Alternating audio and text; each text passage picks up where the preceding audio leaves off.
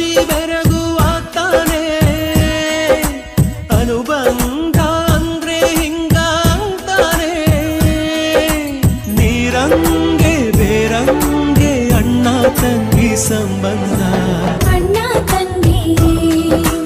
ಅಣ್ಣ ತಂಗಿ ಎರಡೂ ದೇಹ ಒಂದೇ ಜೀವ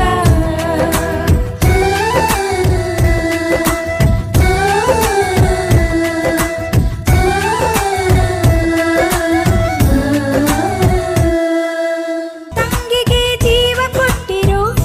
ಅಣ್ಣನೇ ತುಂಬಿಕೊಂಡಿರೋ ಇಂತಹ ಅಣ್ಣ ತಂಗಿಯ ಚರಿತೆ ಇಲ್ಲ ಕಲ್ಲಿನ ದೇವರೆಲ್ಲವ